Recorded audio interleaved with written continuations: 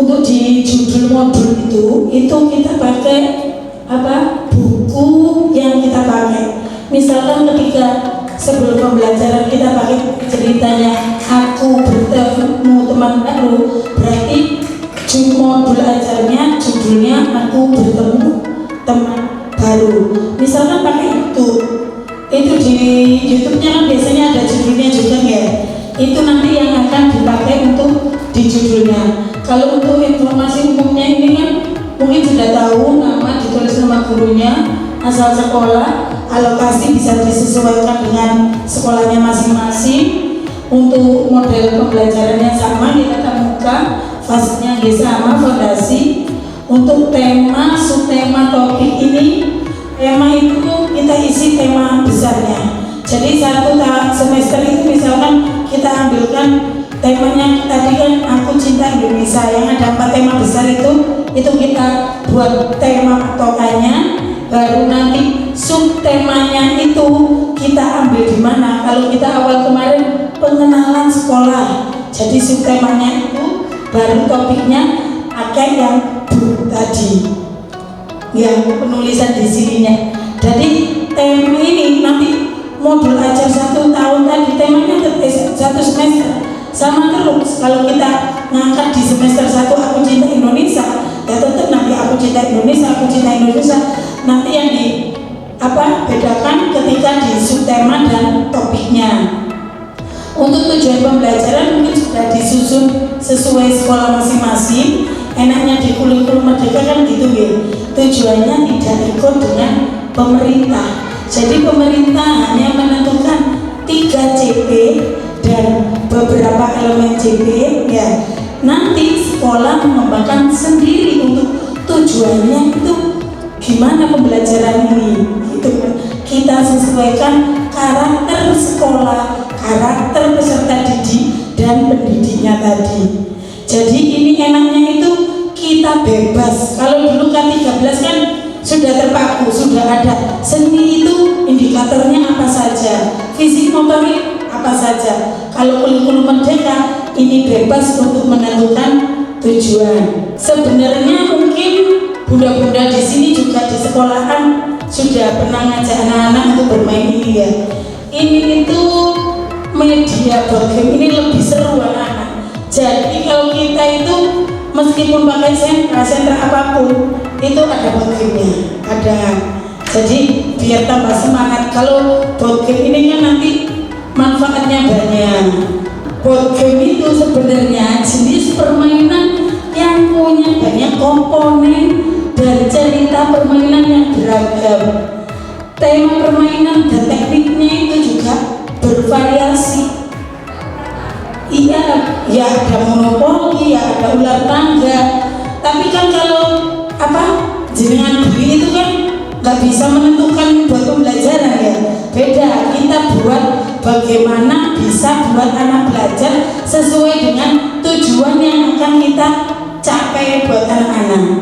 Jadi saat mereka belajar itu dia akan lebih termotivasi kalau pakai board game ini. Manfaatnya juga banyak, dapat melatih fokus anak.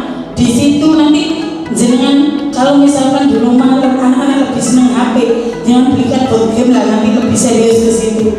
Sayang matanya kalau HP. Ini nanti melatih kemampuan intrapersonal anak, jadi sosialisasinya dia bagus, dan kemampuan logika serta kognitifnya juga bagus, gimana dia mengatur strategi untuk bermain tadi, dan melatih kreativitas anak juga. Selain itu melatih emosional. Jadi saat main board game itu emosinya anak juga bisa terkendali. Dari situ kan dia tahu jiwa dia untuk semangat, untuk bisa menerima kekalahan. Kadang-kadang ada yang kalah, ada yang menang ya. Ini juga bisa melatih anak-anak. Jadi biasanya anak-anak kalau board game itu dipilih dulu kalau ada yang kegiatan A, B, C, ada salah satunya board game, mau main mana gitu, yang dipilih pasti yang board game duluan. Kalau yang sering kita gunakan itu kayak monopoli, sudah tahu kan gitu, kayak ular tangga mungkin sudah tahu, kayak Candyland ini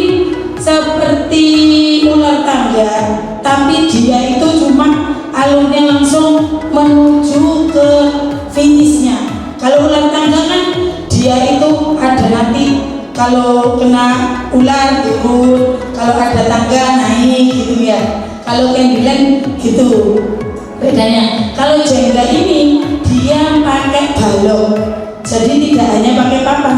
Balok itu sudah ditata tinggi gitu, sudah ditata tinggi dan bergantian. Misalkan ambil salah satu, gimana caranya nggak roboh tadi, tetap baloknya berdiri, dia ambil seret gini, taruh lagi di atasnya dan ganti lagi. Itu termasuk balok jenengan nggak sadar kan sebenarnya ya, sudah dilakukan anak-anak sebenarnya.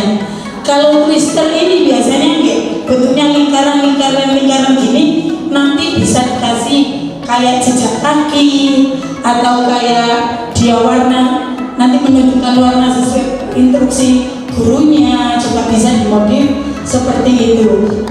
Kalau beli kan sudah pakem ya, gitu aja gitu. Pertanyaannya juga nggak sesuai. Kalau kita bikin sendiri, nanti lebih variatif, dari mengenal warna, dari nanti mengenal bentuk geometri, dari nanti jenengan misalkan ketika anak sampai di sini ada perintah lompat 3 kali, jadi dia juga ikut fisik motorik. Jadi enaknya kita bikin board game sendiri itu kita sesuai dengan apa yang kita akan kita capai tadi. Nanti bisa belajar, monggo. Nah, kayak ini bisa sendiri tuh. Kalau yang di tengah ini kita pakai manual, kita gambar, tapi kurang awet nanti. Kalau yang kita desain seperti ini kita cetak, nanti bisa dipakai tahun ini. Tinggal nanti kalau mau memodif di kartunya aja. Yang penting nanti pion sekarang mudah bisa pesan di online ada ya, pionnya mau bentuk yang islami ada, mau nanti sesuai pion binatang juga ada ya. Sekarang lebih mudah. Kalau dari pun juga sudah ada, kalau mau desain sendiri gitu. Ini kita sesuaikan. Kayak ini kan hanya monopoli, tapi bisa dipakai untuk sentra ibadah. Di sini bisa ada bahasa Arabnya, bisa ada rukun Islamnya, bisa ada rukun iman, bisa nanti itu namanya siro-siro Nabi kita masukkan. Jadi ketika nanti misalkan ada gambar apa, berarti dia ngambil kartu tadi sesuai apa gitu. Jadi kita sesuaikan, lebih mudah kalau kita bikin sendiri. Betul, di Ustaz dari ilmunya nanti disambung.